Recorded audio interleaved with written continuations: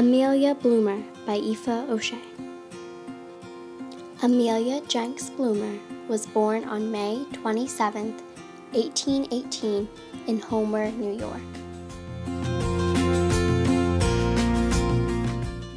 She was raised as a Presbyterian, went to a local public school, and overall had little formal education. Despite her lack of a full education, she became a teacher for a few years before becoming an in-home tutor for a family that lived close by. While living with this family, she met Dexter Bloomer, who was both an attorney and an editor of the Seneca Falls County Courier, the local newspaper. They were married in 1840, and Amelia Jenks became Amelia Jenks Bloomer. She moved to his hometown, Seneca Falls, and began to write for her husband's newspaper about social issues and also became social in Seneca Falls. She was part of church groups and other community organizations. Her articles in the beginning were mostly about temperance, a movement that she strongly supported. Her husband supported her writing, which seems unusual for this time because women were looked at as inferior and less educated than men.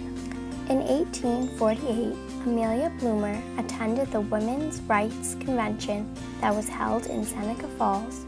At the time, she was not fully part of the movement, but was interested in it. The next year, 1849, Amelia Bloomer published the first issue of her temperance and abolitionist newspaper, The Lily. This was also a way to show her support for women's rights because her newspaper gave herself and many other women a voice.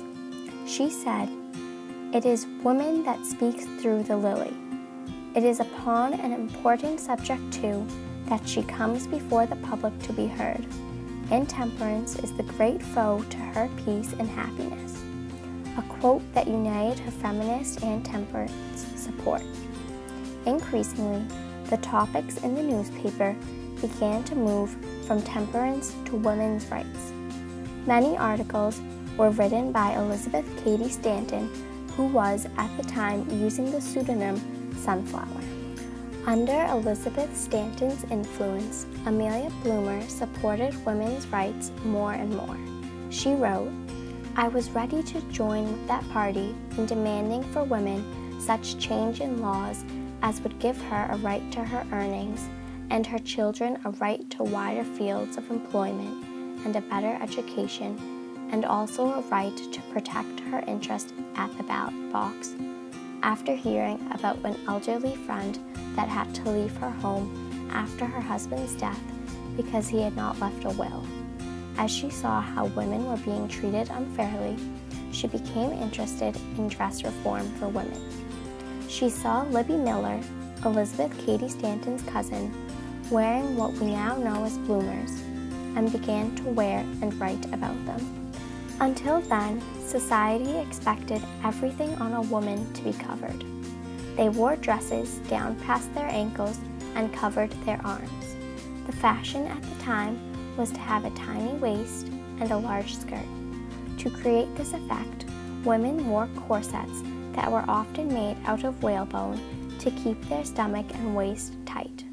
Corsets were worn so tightly that they are attributed to causing health problems in some of the women that wore them. Women were also expected to wear large skirts that sometimes were made out of 20 yards of fabric or more. With all of this clothing, women were restricted from living comfortably and needed a change. Bloomers, or the bloomer costume, consisted of pants that gathered at the ankle, a knee-length skirt, and a loose-fitting top, an outfit that gave much more freedom for women. Amelia Bloomer did not invent them, but her name became connected with them because she wore them, wrote about them, and had images of them in The Lily.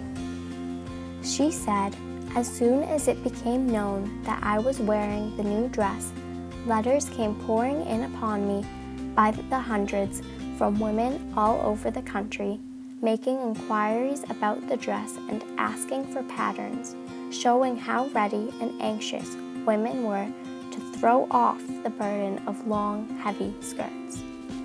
This shows her growing fame that was facilitated by the Lily, which brought her to the homes of women all over the country. With the Bloomers and the Lily, she became an icon of the women's rights movement. The dress reform caused the circulation of the Lily to rise from 500 copies per month to 4,000 copies per month. Her involvement in Bloomers was the peak of her activism. It gave her a platform to use to advocate for women's rights, and she compared how women were supposed to dress to the chains of unequal rights, saying, "I feel no more like a man now than I did in long skirts, unless it be that enjoying more freedom and cutting off the fetters is to be like a man. I suppose in that respect we are more mannish, for we know that in dress, as in all things else, we have been and are slaves, while man in dress and all things else is free." This quote is the epitome of her support for women's rights. Amelia Bloomer believed that women should be equal to men, and she used the Bloomers to show her belief.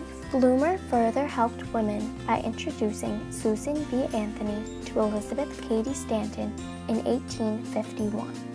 These women published and edited a newspaper for women called The Revolution, and also formed the National Woman Suffrage Association, which Amelia Bloomer also supported. On the topic of suffrage, she said, "It will not do to say that it is out of women's sphere to assist in making laws, for if that were so, then it should be also out of her sphere to submit to them." This is a very powerful quote that says a lot for women's suffrage. The way she says, "it will not do," is not phrased to be harsh or attacking, but seems like she is just stating a fact. She recognized that it is unfair to submit to laws that she had no say in, which is just like what the American colonies went through when they were under the rule of Great Britain. She was also an abolitionist, which she showed through some of her articles in The Lily. In 1853, Amelia and Dexter Bloomer moved to Mount Vernon, Ohio, and Amelia moved the Lily with her, with a circulation of over 6,000 per month. In Mount Vernon, she gave many speeches and also did volunteer work. Then, in 1854, she sold her newspaper to Mary Birdsall, a suffrage activist from Indiana. The Bloomers moved to Council Bluffs, Iowa, where Amelia would not have access to the necessary materials to publish the paper. Even though she sold it, she continued to edit the Lily for 2 years after.